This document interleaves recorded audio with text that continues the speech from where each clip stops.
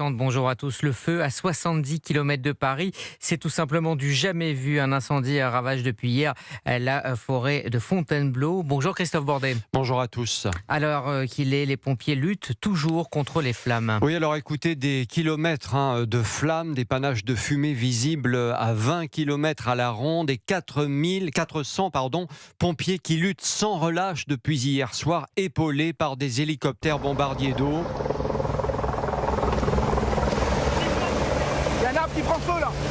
Un arbre qui prend feu. Le responsable Paul Laurin, chef du service communication des pompiers de Seine-et-Marne, détaille ce matin les moyens mis en œuvre. À l'heure où on se parle, on dispose de 2 avions bombardiers d'eau, un premier qui nous vient de Bordeaux et l'autre qui nous vient de Nîmes. Également 2 hélicoptères légers bombardiers d'eau. Ces 2 moyens conjugués permettent à la fois de jeter de l'eau sur le feu pour faire en sorte qu'il soit moins virulent. Et les 2 avions peuvent également disposer des barrières de retardant, c'est-à-dire un produit qui va se déposer sur la forêt, de sorte que si le feu vient sur cette barrière de retardant, il s'éteint lui-même. Alors à eux seuls, les hélicoptères bombardiers d'eau déversent 4000 litres d'eau à chaque passage.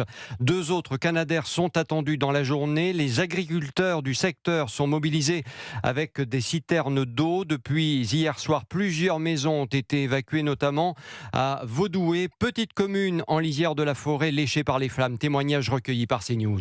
C'est pas évident, c'est la première fois qu'on voit un feu comme ça ici. C'est stressant parce qu'on a toujours pensé qu'il y aurait un jour des feux.